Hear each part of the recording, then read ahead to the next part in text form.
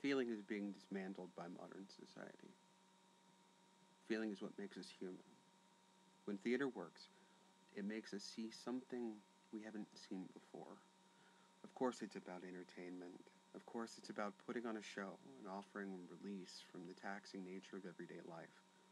But it should be engaging. It has to be engaging. For it to be engaging, it has to work. Everyone from the scriptwriter down to the set designer takes a part in that, but ultimately, once the lines have been learned and those lights come up, it's about the actors on a stage, convincing you you're in another place, in another time, with other people, experiencing a situation you'll never encounter, taking something away with you when you leave. Theater has to reach inside you. There's something visceral about the form. It's not pre-recorded. Even in the best of situations, something new happens every night. It's alive, in front of you. Even for the actors, literally anything can happen. Sitting in the audience, you know that. There's lightning in the room. Even if it's not in front of your mind, you feel that, and it keeps you on the edge of your seat, waiting to see what will happen. And no one, not you in the seat, not the operators in the box, not even the actors in the stage area, really know what's about to take place. I'm not saying there isn't a place for the Canterbury Tales. I'm not saying older work should be discarded. But what I'm saying is that here, in this community, there's a lack of focus on modern work. It's always frustrated me. If it's witty, if it's edgy, if it's risky, if it's sarcastic, Erie doesn't really have a venue for it. So it's risky. Starting a company that wants to push those boundaries and test those limits, especially at a time when, politically, everything seems to be moving to the conservative, where people can feel that they're safe, protected. It's ironic. In the 12 years I've been in Erie, the only place that was really willing to take those risks and make people think, remind them that place at the edge of the seat that can be most engaging, can make people laugh, not just because something's funny, but also nervously at the way life really is. It's the only place with the balls to show that modern work was the Roadhouse Theater. And now, accidentally, we're making our home in the building that used to hold the Roadhouse Theater. I'd like to think that the people involved with the old Roadhouse Theater would be proud of what we're doing, and I'd like to think that the Roadhouse itself is proud of what we're doing, glad to share its walls with a group of brave artists. And the risks don't stop at the stage. We're going to be pushing limits and trying to bring the most modern work possible to the Erie area, including brand new work from some of the most talented writers in Erie. But we're also going to be working the people that control the rest of the theater in Erie, or we're going to try. Success there will depend on the willingness of other groups to work with us. But for too long, it's been that if you're involved in one group, you can't or shouldn't be involved with other Erie theater groups. That's not just pretentious. It's harmful. For people to grow, they have to be exposed to all sorts of people in all sorts of situations.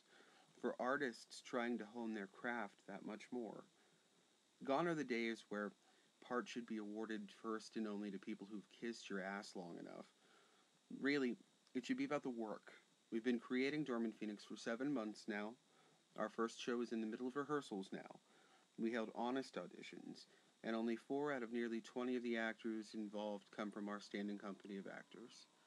The talent on some of these new faces, some who've never seen a stage, some who haven't been on stage since childhood, is amazing. And that's exciting. I can't wait to see that excitement conveyed to you. And I hope the old guard will allow us to work with them.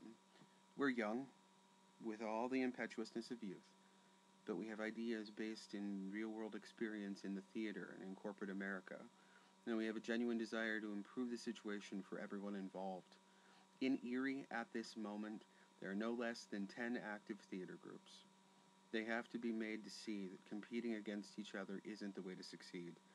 Not when that energy can be put to better use creating a cohesive theater community, one that partners, pools our resources, can collectively bargain, apply for overall grants and subsidies for the arts in the area that will benefit everyone in our individual work and in partnership with each other. We can create a strong community here. In the 1930s, this place was a key area for theater. We can bring that back by creating new. Working together, we can advertise better and increase the quality of the work of our stages. I don't understand why that hasn't already been done.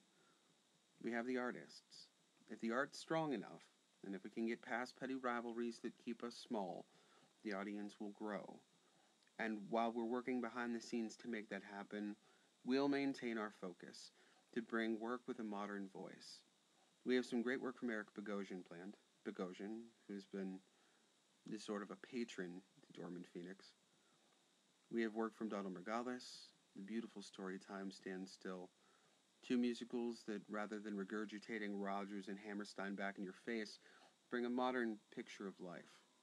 Rent, in the last 5 years. We're bringing you John Logan's Red, a two-man exploration of the life of abstract painter Mark Rothko, where Rothko's masterpieces will be recreated right in front of you every night.